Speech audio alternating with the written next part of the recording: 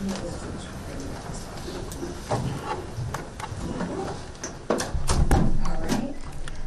good afternoon, everyone. Just a few items to pass along at the top here, and then I'd be happy to take your questions. So first, on Hawaii, consistent with our previous updates, the department continues to support the island of Maui.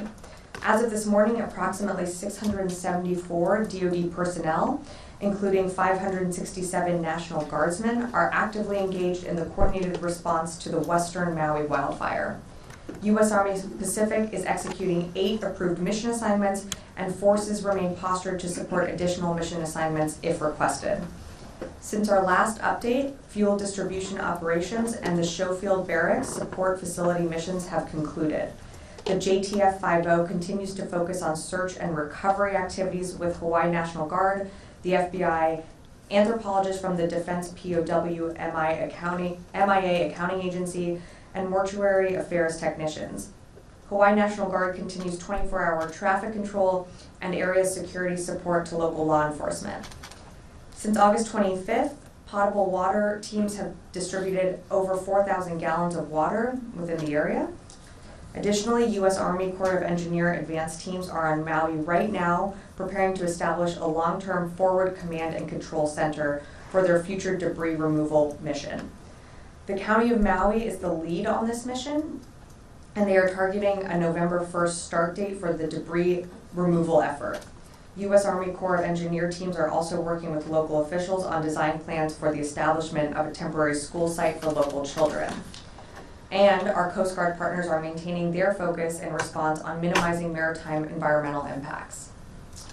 Moving on to today, earlier today, the Secretary held a trilateral call with Japan Minister of Defense Hamada Yazuka and Republic of Korea Minister of National Defense Lee Jong-suk.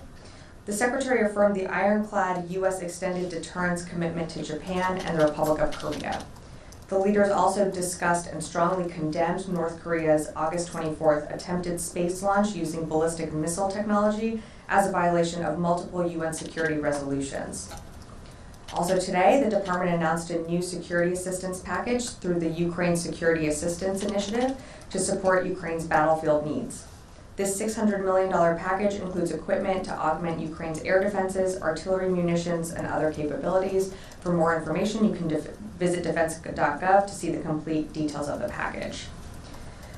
Today, Lieutenant General Mark Sassville, Vice Chief of the National Guard Bureau, is in Madison, Wisconsin for the F-35 mission arrival ceremony at the 115th Fighter Wing of the Wisconsin Air National Guard. Today's ceremony coincides with the 75th anniversary of the 115th Fighter Wing and marks the second Air National Guard wing in the nation to receive the F-35. And finally, as of Monday, there are now 319 nominations that are impacted because of Senator Tuberville's holds on our general and flag officers. For the first time in history, 3 of our military branches, the Army, the Navy, and the Marine Corps, have no Senate-confirmed service chief in place. Instead, these jobs and other jobs across the department and the force are being performed by acting officials. As this list of nominees continues to grow, we are continuing to see the impacts on our readiness, our national security, and our military families. As we continue to do so, we urge Senator Tuberville to lift these holds and confirm these qualified leaders who have served their country proudly and selflessly for decades. And with that, I'd be happy to take your questions. Welcome back, Lita. Thank you. Sabrina, on the depleted uranium rounds that were announced, the Kremlin has now criticized it as a bad move, discussing the cancer-causing nature of the product, a criticism that others have brought up, obviously, in the past. What is your response to people who are greatly concerned about that aspect of this weapon? Yeah. And secondly, can you address what the U.S. thinks is the benefit that these rounds will bring, and how soon will they be on the battlefield? Sure. So on the first question, in terms of the health impacts of the depleted uranium rounds, I would push back on the assertion from Russian officials. Here, the CDC has stated that there is no evidence that the depleted uranium rounds cause cancer. The World Health Organization reports that there's been no increase of leukemia or other cancers and that have been established following any exposure to uranium or DU. And even the IAEA has stated unequivocally that there is no proven link between DU exposure and increases in cancers or significant health or environmental impacts. So I would push back on that. In terms of your second question, these are anti-tank rounds. They're meant to pierce tanks, and they're meant to be used, they will be used very effectively on the battlefield. These are standard issue rounds. These are what these Abrams tanks will use, and many militaries across the world use depleted uranium in their tanks. So we feel that these will be the most effective rounds to counter Russian tanks, and will help will help the Ukrainians to defend the battlefield, to defend their territory. And how soon? So I would let the Ukrainians announce when when the rounds will arrive. We've said pretty publicly that we expect the tanks to be arriving in Ukraine sometime in the fall, but I just don't have more specifics to offer. I'd refer you to the Ukrainians to announce when they actually arrive. But the goal is to have the rounds there specifically in time for when the tanks arrive. Is that accurate? That's the goal, yes. Yeah, hey Matt. Sabrina. Yeah. On Niger, we've heard from officials that U.S. troops will be moved, repositioned within the country, and that some number of troops will be removed. Can you speak to that? And is there any threat perceived for U.S. troops at this time? Sure. So in terms of Niger, there's no perceived threat in terms of any threat to U.S. troops and no threat of violence on the ground. This is simply a precautionary measure. So what we're doing right now is the department is repositioning some of our personnel and some of our assets from Airbase 101 in Niamey to Airbase 201 in Agadez, but it's simply precautionary. Our force posture hasn't changed in Niger. Our position remains the same, that we hope that the situation on the ground gets resolved diplomatically, but would just reemphasize that there's no immediate threat to U.S. personnel or violence on the ground. Okay. Is the U.S. conducting counter-terror missions out of the country at this point? At this time, we're still really confined to the bases. We are, again, moving personnel and assets, but we're not conducting joint operations or training with the Nigerian military at this time. Yeah, Oren. A follow on Niger and then another question. Sure. So why do this? What changed that the U.S. decided to move personnel and equipment? If there's no perceived threat or no threat to U.S. troops, what prompted 6 weeks after the democratically elected government was overthrown the U.S. to make this decision? It was, again, just out of an abundance of caution. We felt that because our force posture is not changing within the country, but we felt that it just out of an abundance of caution for our personnel and for our assets in the area, that rather than keeping them close in Niamey, that it would be safer to move them out to Airbase 201 in Agadez. And so that's exactly why we took, I would say, prudent military planning to safeguard our U.S. assets and just to protect our U.S. personnel. Is this tied to the resistance the French are seeing to their forces being there? There is no tie to this. This is out of a complete abundance of caution. There is no tie to what the French military is doing right now. We are confident that, or we are hopeful that diplomatic talks will continue and that the situation in Niger will be resolved diplomatically. But right now, out of an abundance of caution, we are just moving some of our personnel and our assets to Airbase 201. And then just another topic. Sure. A Florida man attempting to cross the Atlantic Ocean in the human hamster wheel was brought in by the Coast Guard after 5 days, and it's his fourth time attempting this. I know you don't speak for the Coast Guard, but will there be imagery, and how frequently has the Coast Guard or the Navy intercepted human hamster wheels off the coast of the U.S.? You know, really didn't have that on my bingo card today. I would refer you to the Coast Guard, and thank you for the question. I'm going to go to the phones on that note. Lars Seligman, Politico.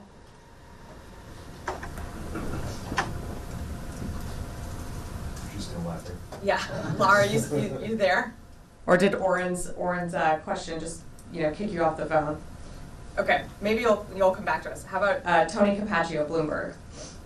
Hi, I have a non-Coast Guard question. Sure. DoD last night issued a statement on a canceled key test of the Army's long-range hypersonic weapons.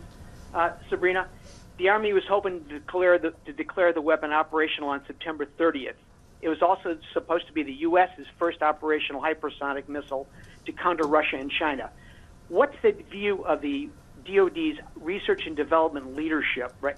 How big a setback was this non-test to meeting the September 30th operational dates?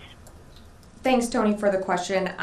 As you mentioned, the department planned to conduct a flight test in Florida to just inform the department's hypersonic technology development, but as a result of pre-flight checks, the test did not occur.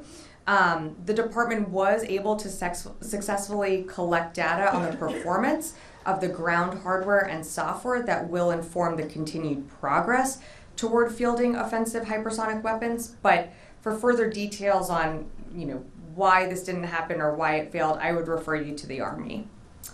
I'll take one more from the phone. Jeff Shogel, Task and Purpose. Thank you. On Niger, are any U.S. personnel leaving the country? Reuters had reported that personnel deemed non-essential will soon leave Niger. Thanks, Jeff, for the question. Yes, some non-essential personnel and contractors did leave the country. I want to say around July. So we have about 1,100 people in Niger right now. Again, our force posture has not changed. We are continuing to have a presence at the Airbase 101 and Airbase 201, but the only thing that's happening right now is that we have personnel moving from 101 to 201 along with our some of our assets. Okay, I'll come back in the room.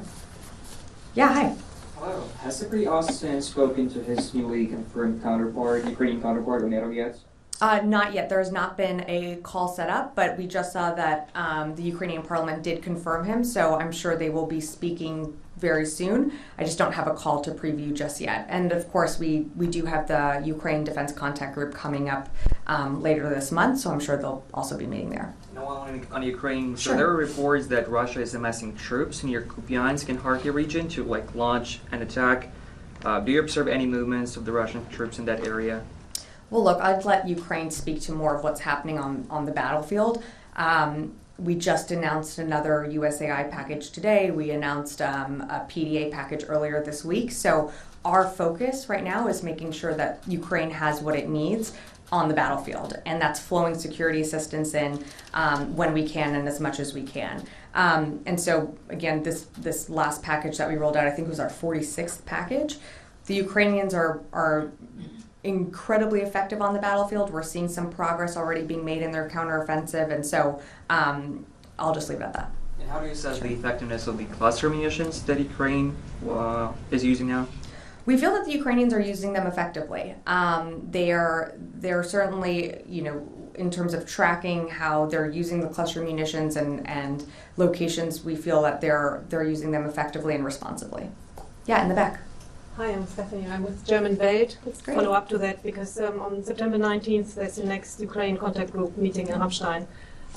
Will there be the question of long-range missiles on the agenda? I'm asking because today there was reports that Secretary Blinken talked about that with Kuleba, of providing Ukraine with long-range missiles. I don't have anything to preview today, and I wouldn't get ahead of the contact group, certainly. The Ukrainians already have long-range missiles with the Storm Shadows that they've been using effectively as well, but I just don't have anything today to preview. Yeah, hey. Thanks, Sabrina. Yeah. You mentioned the nominations that have been put on hold and some of the impact that's having. Is that putting at risk any modernization initiatives, or is it more of a concern just about general readiness and some of the hardships on personnel that are related to that? I think it's both. When you don't have a confirmed leader in that position that would oversee a modernization effort, you're talking about someone that's going to set the vision for that command or for that department.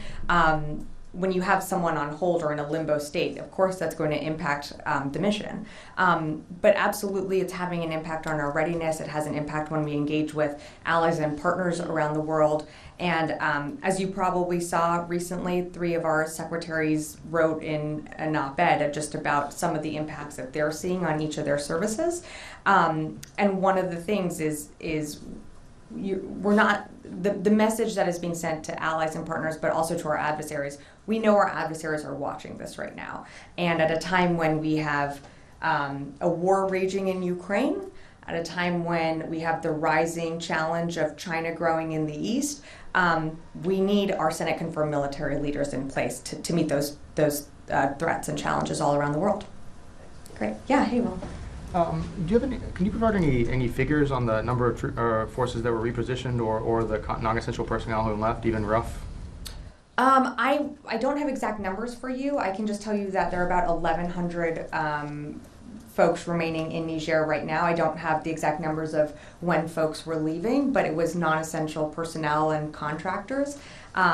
So I would direct you to AFRICOM for more information on that one.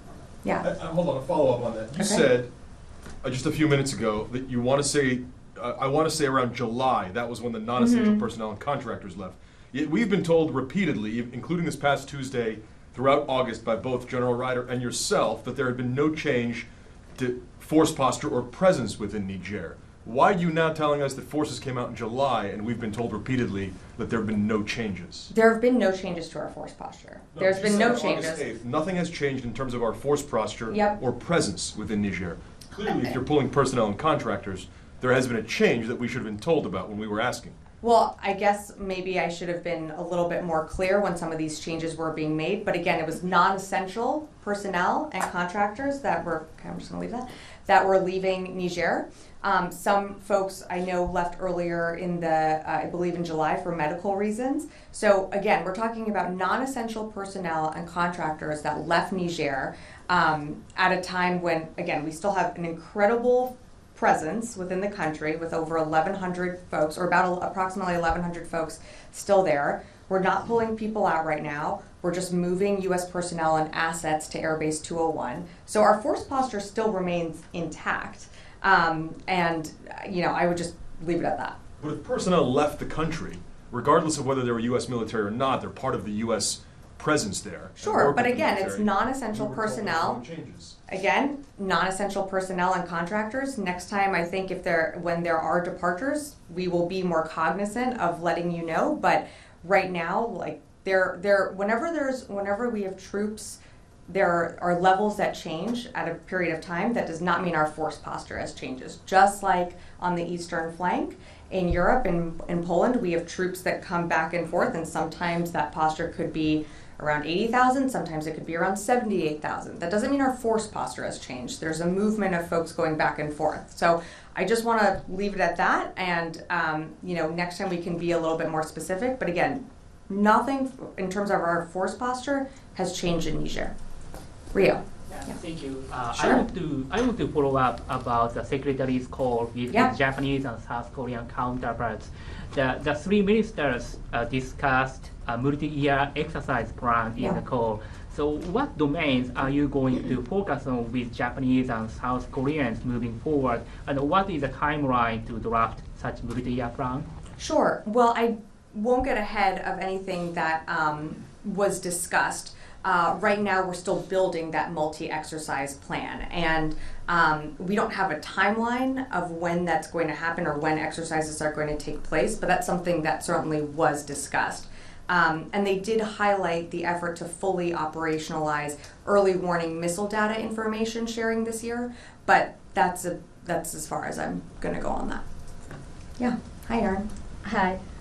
So, as you were telling Oren, that it says we have troops that come back and forth, and sometimes postures could change. Well, our Where are posture they- hasn't changed, but levels could change. Yeah. Where are they going back and forth? Is it just back and forth from base to base? Where are they going back? For the folks that left, so they're like non-essential personnel or contractors? Is that what you're referring to? Yeah, just any number that is there. Are they coming back in the country? Where exactly? Right now, they're just moving out of the country. I don't have specifics of where they're going. Contractors, obviously working under a contract, would go back to their company, but I just don't have more specifics of where folks are moving. So, I'm still lost of the number change. So even if they're personnel, I think we shouldn't focus so much on the numbers fluctuating, but more on the posture itself. Our force posture, hold on one second, let me just answer. Our force posture within Niger hasn't changed. Yes, we are moving assets and personnel to a different air base further outside of Niamey in Agadez. But in terms of our mission there right now, of course, some things are put on pause right now, but overall, our force posture hasn't changed. We did have some people leave in July. I believe that was before there was the military takeover, so some folks did leave in July for medical reasons. I think we had some contractors that had left, but in terms of like where other personnel are going and leaving, I don't have more information for you on that. Our essential personnel are still in the country right now, in Niger. That's 1,100 people, and so they're still there, and I'll just leave it at that. I can go back to Lita. Can you just take the question, Sabrina, because I think... On which one? On the total number of contractors and non-essential personnel who left, and was it before, after, during, was it as a result of the impending or coup? Can you just give us that? I think what has been mentioned in the past was that some troops did, a very small number of troops left due to health and other issues. Yeah. I think that's been out there, we knew that. But I think what people hadn't known was the non-essential personnel and contractors. If you could give us a number on those, and I think just because it's late in the day for AFRICOM, you all must have it. If you can just give us, take that question, give us that. I can definitely I'm happy to take the question, but again, I just want to reemphasize here that it is not a, with some folks leaving in and out, our mission, our force posture still hasn't changed. So I'm happy to take on the question on like how many folks have left. Sure. Because clearly what you're saying, if I'm not confusing this, is the number of active duty troops has remained largely the same. Is that accurate? Yes, all right. That is correct. But I think again, it would help if you give us those other numbers. Sure. We're talking about non-essential personnel and contractors. Active duty essentially remains intact. I'm going to go to the phones real quick, and then I can come back in the room for just two more. Heather, USNI. Hi, thanks so much. I was just wondering if you have any update on the situation with Iran, and if you're continuing to see the forces out there deter any tanker seizures, or if there's any plans for Marines to start going on to commercial vessels. Thanks, Heather. There's no plan right now for Marines to go on commercial vessels. I don't have an update on anything in regards to Iran. No major updates since we last briefed, but yeah, thanks for the question. I will, coming back in the room. Yeah, sure. Just a quick follow-up. And then I'll go to Missy. The move from Niamey, is that ongoing now? Has it been completed, or? It's ongoing right now. Yeah. Missy? Yeah, just to also maybe add a clarification. So the non-essential personnel is non-military personnel, non-uniformed personnel. When you said the non-military personnel and contractors. So the non-essential personnel are uniformed or not uniformed? I mean, I think non-essential personnel is non-essential to the mission itself and security and protection of our troops. I think it can encompass many things, including uniform or civilian. So I wouldn't lump it as just, it's not non-uniform or not, only uniform personnel. If we I can get a clarification on that. Yeah, sure, no problem. Jeez, okay. I'll take yes right here, and then I'll come back around. Thanks. With regard to the new Ukraine security assistance package, Sure. Are you able to provide any more details about the electronic warfare and counter-electronic warfare systems that are included in that? Are these new capabilities? Or? I don't have more details to provide. Again, I would just direct you to the website and our fact sheet we've provided online, but I just don't have more specifics to add to that. Yeah.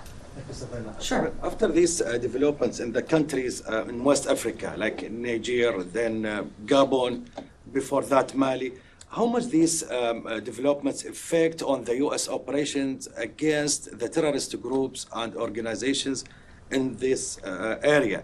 And does the U.S. or did they or do they keep the same numbers of these operations, or it's getting decreased because of these developments in these countries? Well, it's certainly something that is concerning. The United States and this administration continues to advocate for democracy and peacefully elected leaders. And so that's why you're seeing a commitment in Niger right now, and the hope that the situation there gets resolved peacefully and through diplomatic means.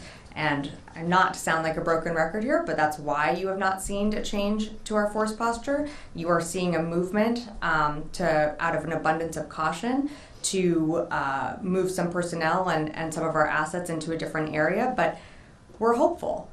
We're hopeful that there can be some diplomatic way to resolve what's happening.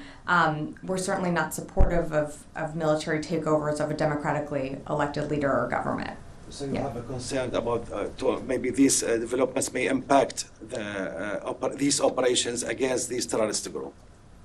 We still maintain the ability to protect and protect our interests here at home and our partners and allies in the region. Do you have one? I'll take this as the last one. Yeah. Yep. So on Niger, is there an expectation that additional precautionary repositionings are going to be taking place, like this ongoing one that you mentioned? Like an additional like a different movement? Another movement from Airbase 101 to 201 in the future after this one concludes? I think we have a personnel that are going to continue moving. I don't know that it's like one movement or like multiple. It is precautionary again, and we're moving just our personnel and assets over to Airbase 201. Once that is in place, we will stop. That it will be concluded, but I don't have like more missions to announce or any other additional movements at this time. Yeah. So all of them, Sabrina? Sorry. From No, there will be a small group that remains at Airbase 101. Okay, great. Thanks. I'll leave it at that.